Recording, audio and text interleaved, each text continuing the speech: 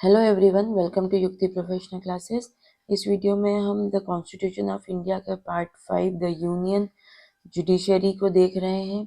अगर आपने मेरे चैनल को सब्सक्राइब नहीं किया है तो जल्दी से मेरे चैनल को सब्सक्राइब करिए, वीडियो को लाइक करिए। चलिए अब हम स्टार्ट करते हैं। Supreme court of India consist of home. तो सुप्रीम कोर्ट में जो सर्वोच्च न्यायालय है वो किससे मिलकर बनता है? तो चीफ जस्टिस एंड अदर जजेस से मिलकर बनता है। अदर जजेस में 33 जजेस आएंगे।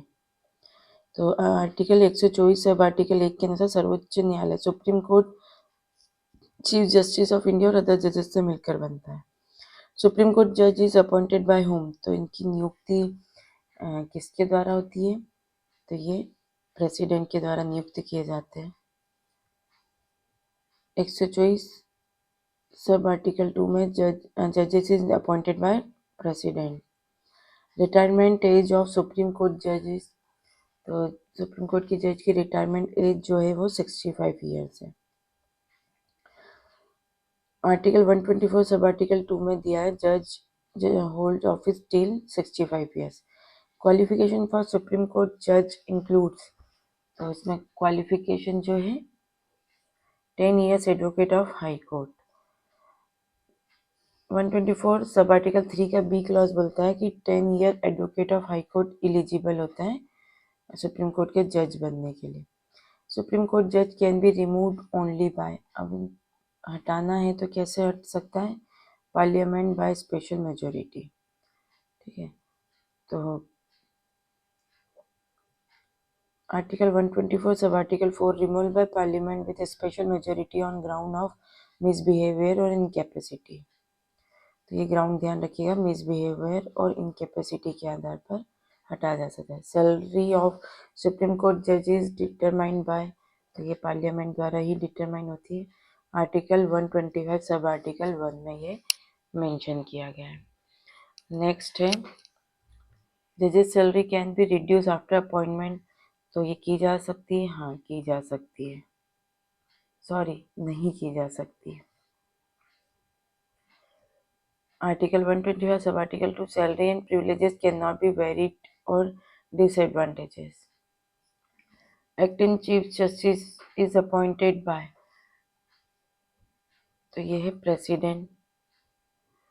Article 126 president appoints acting CJI when post vacant or CJI absent. Ad hoc जज इज अपॉइंटेड व्हेन। तो ये कब अपॉइंट किया जाता है? तो एडॉक जजेस जो अपॉइंट किए जाएंगे lack of quorum in Supreme Court. तो article 127 when quorum of supreme Court जजेस नॉट अवेलेबल, तब एडॉक जजेस को अपॉइंट किया जाता है। एडॉक जज इज टेकन फ्रॉम। तो ये कहाँ एडॉक जज जो लिए जाते हैं वो कहाँ से लिए जाते हैं? तो ये जो लिए जाते हैं हाई कोर्ट के जजेस में से लिए जाते हैं। जजेस of high court qualified for supreme court. Retired supreme court जज can seat again with consent of. तो सेवानिवृत्त न्यायाधीश पुनः बैठ सकते हैं, लेकिन सहमति लगेगी किसकी? प्रेसिडेंट। 128 में बोला गया राष्ट्रपति की सहमति आवश्यक है। Supreme court is a court of record. Article 129 में बोला supreme court is court of record with power of contempt, है ना। उसको जो अपने अवमानना होने पर वही पावर है जो कंटेम्प्ट होने पर होती है। नेक्स्ट है seat of supreme court is at. Supreme court का मुख्य स्थान कहाँ पर है? तो ये दिल्ली में है। 130 Supreme Court seats in Delhi or other places is approved. The 99th Constitutional Amendment Act 2014 was enacted to replace।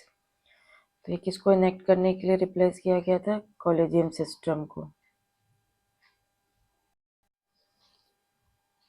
Next है which article were inserted by the 99th constitutional amendment act 2014। तो कौन से जो लाए गए थे आर्टिकल्स? तो वो थे 124A, B and C। which case declared the 99 Constitutional Amendment Act 2014 unconstitutional. अब जो 99 संविधान संशोधन लाया गया था उसको असंवैधानिक घोषित किया गया था। किस केस के द्वारा? तो ये था supreme court advocate on records association versus union of India 2015 के केस से उसको अनकॉन्स्टिट्यूशनल घोषित कर दिया गया था। चलिए अब इससे रिलेटेड थोड़ी हम वापस से प्रोविजन देख लेते हैं। आर्टिकल्स आर्टिकल 124(1) बोलता है कि एक सर्वोच्च न्यायालय होगा जिसमें मुख्य न्यायाधीश और अन्य न्यायाधीश होंगे। संसद उनकी संख्या बढ़ा सकती है। फिर 124 सब आर्टिकल 1 में बोला गया नंबर ऑफ जजेस क्या होगा। मतलब इसके अंतर्गत जो एक्ट है 2019 एक्ट के तहत यहाँ पे एज पर सुप्रीम कोर्ट नंबर ऑफ जजेस अमेंडमेंट एक्ट 2019 में there shall be chief justice and 33 other जजेस। तो ये इस एक्ट के तहत यहाँ पे संख्या बताई गई है कि टोटल 33 जजेस होंगे। तो चीफ जस्टिस को मिला के 34 होगा। आर्टिकल 124 सब आर्टिकल 2 यहाँ पे अपॉइंटमेंट एंड टेन्योर की बात की गई है। तो न्यायाधीश की नियुक्ति राष्ट्रपति करता है और वे 65 वर्ष तक पद धारण करते हैं। फिर 124 सब आर्टिकल 2A में एज डिटर्मिनेशन दिया। न्यायाधीश की आयु संसद द्वारा बनाए गए कानूनों से तय होगी। सब आर्टिकल 3 में क्वालिफिकेशन दी गई है कि वो एक भारत का नागरिक होना चाहिए, 5 वर्ष हाईकोर्ट का न्यायाधीश हो या फिर 10 वर्ष हाईकोर्ट का अधिवक्ता या प्रतिष्ठित विधिवेत्ता डिस्टिंग्विश्ड जूरिस्ट होना चाहिए। तो ये क्वालिफिकेशन दी। फोर्थ में रिमूवल है। न्यायाधीश को केवल संसद के विशेष बहुमत वाले प्रस्ताव के बाद राष्ट्रपति हटाता है और आधार क्या है? दुराचार, अक्षमता, मिसबिहेवियर और इनकेपेसिटी, इस आधार पर हटाया जा सकता है। फिफ्थ क्लॉज में बोला प्रोसीजर ऑफ रिमूवल। तो संसद दुराचार या अक्षमता की जांच की प्रक्रिया हेतु कानून बना सकती है। सिक्स्थ में ओथ है। न्यायाधीश राष्ट्रपति या उनके प्रतिनिधि के समक्ष शपथ लेगा। ठीक है, तो क्या है? ओथ बिफोर प्रेसिडेंट और his nominee. Article 124 sub article 7 में बोला गया प्रैक्टिस आफ्टर रिटायरमेंट। रिटायरमेंट के सेवानिवृत्त न्यायाधीश भारत में किसी न्यायालय प्राधिकरण में वकालत नहीं कर सकते। आर्टिकल 124A जो दिया गया था उसमें ये दिया था national judicial appointments commission NJAC, है ना। तो ये लाया गया था। A, B और C में इससे रिलेटेड प्रोविजन था। ये 99 कॉन्स्टिट्यूशनल अमेंडमेंट से लाया गया था और लेकिन इसकी जो वैलिडिटी है जो 2015 में सुप्रीम कोर्ट ने इस केस में जो है एडवोकेट्स ऑन रिकॉर्ड वाला जो केस है एसोसिएशन केस, उसमें उसको अनकॉन्स्टिट्यूशनल घोषित कर दिया था। वह आर्टिकल 125 इसमें सैलरी एंड अलाउंसेस की बात की है। तो वेतन और भत्ते संसद तय करती है और नियुक्ति के बाद घटाए नहीं जा सकते। 126 एक्टिंग चीफ जस्टिस। तो जब CJI अनुपस्थित हो या रिक्त हो, एब्सेंट हो, तो राष्ट्रपति एक्टिंग चीफ जस्टिस राष्ट्रपति कार्यवाहक CJI नियुक्त करता है। 127 में एडोक जजेस की बात की है। कोरम पुराना होने पर हाईकोर्ट के न्यायाधीश को एडोक न्यायाधीश बनाया जा सकता है। 128 रिटायर्ड जजेस जो है राष्ट्रपति की सहमति से सेवानिवृत्त न्यायाधीश पुनः बैठ सकता है। 129 कोर्ट ऑफ रिकॉर्ड। तो सुप्रीम कोर्ट ऑफ रिकॉर्ड है और अवमानना की शक्ति रखता है, मतलब वो पनिश कर सकता है उसके अवमानना के लिए। 130 सीट ऑफ सुप्रीम कोर्ट। तो सुप्रीम कोर्ट दिल्ली में या राष्ट्रपति की स्वीकृति से अन्य स्थान पर बैठ सकता है। नेक्स्ट है supreme court has original jurisdiction in dispute between. अब सुप्रीम कोर्ट के पास जो जुरिडिक्शन है ओरिजिनल वो किसके बीच में? यूनियन एंड स्टेट के बीच में। तो आर्टिकल 131 में बोला गया है कि supreme court has original jurisdiction in dispute between union and states और स्टेट्स इंटर से इन्वॉल्विंग लीगल राइट्स, है ना। तो केंद्र व राज्यों या राज्यों के बीच कानूनी अधिकार से जुड़े विवादों में सुप्रीम कोर्ट का मूल अधिकार क्षेत्र है। अनुच्छेद 131 से कौन सा विवाद बाहर है? Which dispute is excluded from article 131 जो है उसमें कौन से डिस्प्यूट इंक्लूड नहीं होंगे? तो वो प्री कॉन्स्टिट्यूशनल ट्रीटी डिस्प्यूट। अगर जो संविधान से पूर्व कोई संधियां की गई है और उससे रिलेटेड कोई डिस्प्यूट है तो वहाँ पे आर्टिकल 131 नहीं लगेगा, ये प्रोवाइजो में बोला गया। Article 131 proviso, disputes arising from pre-constitutional treaties or agreements are excluded. Next है article 131A related to, 131A है वो किससे रिलेटेड है, तो वो है constitutional validity of central laws, केंद्रीय कानूनों की संवैधानिक वैधता से। केंद्रीय कानून की वैधता पर सुप्रीम कोर्ट का विशेष अधिकार था, जिसे 43rd कॉन्स्टिट्यूशनल जो संशोधन से हटा दिया गया, मतलब ये रिमूव कर दिया गया, 131A हट गया है।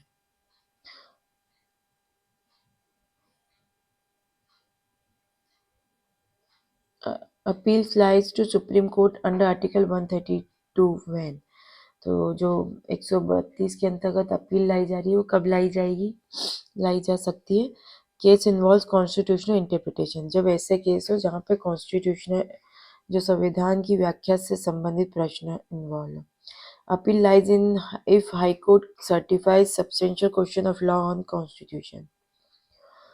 सिविल मामलों में सुप्रीम कोर्ट में अपील के लिए आवश्यक है, civil appeals to supreme court requires, तो यहाँ पर हाई कोर्ट का एक सर्टिफिकेट लगेगा कि ये जनरल इंपॉर्टेंस का है, high court certificate of general importance 133 में दिया गया, high court must certify substantial question of law of general importance, तब सुप्रीम सिविल अपील लाई जा सकती है सुप्रीम कोर्ट में। Appeal lies to supreme court if high court reserve acquittal, अगर हाई कोर्ट ने क्या किया, दोष मुक्ति पलट दी, रिवर्स एक्विटल, तो अगर उसने दोष मुक्ति पलट दी है ना, तो फिर अपील लाई जाएगी, तो कौन से, मतलब एक्विटल जो है रिवर्स कर दिया है किस केस में, तो सेंटेंस टू डेथ कर दिया है, ठीक है, मृत्यु दंड दे दिया गया, तो उस केस में यहाँ पे अपील लाई जा सकती है। Appeal lies when high court reverse acquittal and award death sentence. Certificate for appeal is given by, तो ये जो अपील के लिए सर्टिफिकेट दिया जाएगा ये किसके द्वारा दिया जाएगा, तो ये हाई कोर्ट के द्वारा दिया जाएगा।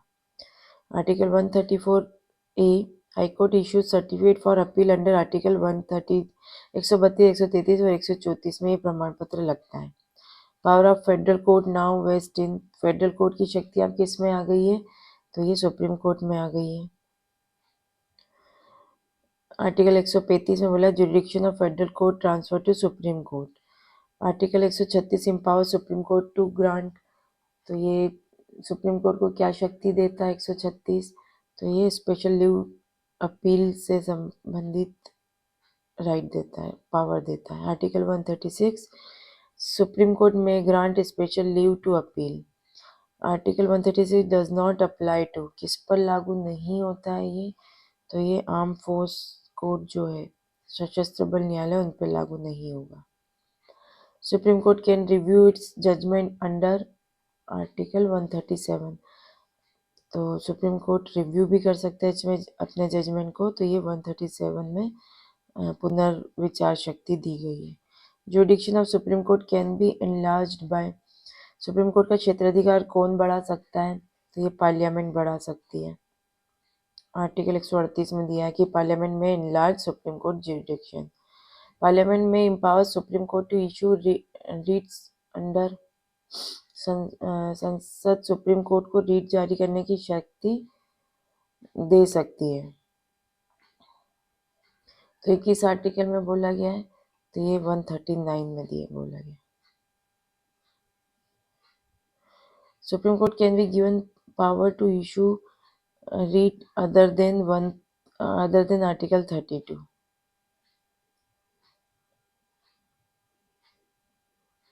Transfer of case between high court is done by, high court के बीच मामलों का स्थानांतरण कौन करता है, तो ये सुप्रीम कोर्ट ही करती है, एक हाई कोर्ट से दूसरे हाई कोर्ट में ट्रांसफर करना, तो आर्टिकल 139A में दिया गया है।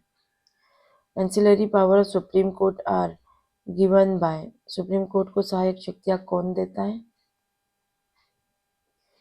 तो ये देता है पार्लियामेंट। आर्टिकल 140 में पार्लियामेंट में कन्फर्म सप्लीमेंटल पावर, सहायक शक्तियां दी जाती है संसद द्वारा। अब आर्टिकल्स देख लेते हैं। आर्टिकल 131 में बोला गया सुप्रीम कोर्ट को विशेष मूल अधिकार क्षेत्र प्राप्त है यदि विवाद केंद्र और राज्य या राज्यों के बीच कानूनी अधिकार से संबंधित है। इसमें एक क्लॉज जो बोलता है भारत सरकार एक या अधिक राज्यों के बीच हो अगर डिस्प्यूट, या एक और केंद्र व राज्य दूसरी और अन्य राज्य, या फिर दो या अधिक राज्यों के बीच में। लेकिन प्रोवाइजो में दिया गया कि अगर संविधान से पहले की कोई संधियां समझौता है और उससे विवाद उत्पन्न है तो वहाँ शामिल नहीं है। आर्टिकल 131A ओमिटेड कर दिया गया है। आर्टिकल 132 में अपीलेट ज्यूरिडिक्शन कॉन्स्टिट्यूशनल केस अगर कोई इंटरप्रिटेशन कॉन्स्टिट्यूशन के इंटरप्रिटेशन से रिलेटेड कोई मुद्दा है तो यहाँ पर अपील की जा सकती है 132 में। यदि हाईकोर्ट प्रमाणित करे कि मामला संविधान की व्याख्या से जुड़ा महत्वपूर्ण विधि प्रश्न है तो सुप्रीम कोर्ट में अपील होगी। कोई थर्ड क्लॉज में कोई भी पक्ष अपील कर सकता है कि संवैधानिक पक्ष प्रश्न का गलत निर्णय हुआ है। किसी यदि किसी मुद्दे का निर्णय अपीलकर्ता के पक्ष में हो तो वही अंतिम आदेश माना जाएगा। आर्टिकल 133 में बोला गया सिविल मामलों में अपील तब होगी जब हाईकोर्ट प्रमाणित करे कि मामला सामान्य महत्व का विधि प्रश्न है और सुप्रीम कोर्ट द्वारा तय किया जाना चाहिए। नेक्स्ट, अपीलकर्ता संविधान से संबंधित प्रश्न भी उठा सकता है। और थर्ड क्लॉज में दे दिया गया हाईकोर्ट के एकल न्यायाधीश के निर्णय से अपील नहीं होगी जब तक संसद कानून न बनाए। क्रिमिनल अपील तो आर्टिकल 134(1)A में बोला कि यदि हाईकोर्ट दोष मुक्ति पलट के मृत्युदंड दे दे। बी में बोला हाईकोर्ट मामला अपने पास लेकर सुनवाई कर मृत्युदंड दे। और सी में बोला हाईकोर्ट प्रमाणित करे कि अपील योग्य मामला है। आर्टिकल 134 सब आर्टिकल 2 में बोला संसद सुप्रीम कोर्ट की अपराधी को अपीलीय शक्ति बढ़ा सकती है। अब certificate for appeal article 134A में बोला हाईकोर्ट स्वयं प्रमाण पत्र दे सकता है, फिर पक्ष के मौखिक आवेदन पर हाईकोर्ट तुरंत निर्णय दे करे। आर्टिकल 135 फेडरल कोर्ट ज्यूरिडिक्शन, तो ये सुप्रीम कोर्ट को ये शक्तियाँ चली गई है। Article 136 special leave to appeal, तो सुप्रीम कोर्ट किसी भी न्यायालय या ट्रिब्यूनल के आदेश पर विशेष अनुमति से अपील दे सकता है। सशस्त्र बल न्यायालय पर लागू नहीं होगा। आर्टिकल 137 रिव्यू पावर, तो सुप्रीम कोर्ट अपनी ही निर्णयों का पुनर्विचार कर सकता है। आर्टिकल 133 इनलार्जमेंट ऑफ जुरिडिक्शन, संसद संघ सूची विषयों पर क्षेत्राधिकार बढ़ा सकती है। केंद्र व राज्य समझौते से क्षेत्राधिकार दे सकते हैं। आर्टिकल 139 रीट पावर्स, तो संसद सुप्रीम कोर्ट को अनुच्छेद 32 के अलावा अन्य उद्देश्य हेतु रीट जारी दे देते। आर्टिकल 32 में क्या दिया है, फंडामेंटल राइट्स के वायलेशन पर रीट जारी कर सकती है, लेकिन 139 में जो दिया गया अन्य उद्देश्यों की, मतलब फंडामेंटल राइट्स के अलावा भी कोई अगर मैटर है तो उससे रिलेटेड भी रीट शक्ति जारी, मतलब रीट जारी की जा सकती है। ये पावर 139 में दिया गया है। आर्टिकल 139A में ट्रांसफर ऑफ केसेस, तो समान विधि प्रश्न वाला मामला को सुप्रीम कोर्ट अपने पास ले सकता है, फिर कानून तय कर सकता है। इसका प्रोविजो बोला है, प्रोवाइजो की कानून तय कर मामला वापस हाईकोर्ट भेज सकता है। 139A सब आर्टिकल 2 में बोला सुप्रीम कोर्ट मामलों को एक हाईकोर्ट से दूसरे हाईकोर्ट में भेज सकता है। मतलब पहले में बोला कि अपने पास मंगवा सकता है सुप्रीम कोर्ट, फिर दूसरे में जो बोला है वो एक हाईकोर्ट से दूसरे हाईकोर्ट दे सकता है। फिर एंसिलरी पावर है, संसद सुप्रीम कोर्ट को सहायक शक्तियाँ दे सकती है। चलिए आज के लिए इतना ही, मिलते हैं हम नेक्स्ट वीडियो में। Thank you. वीडियो को लाइक ज़रूर करिएगा।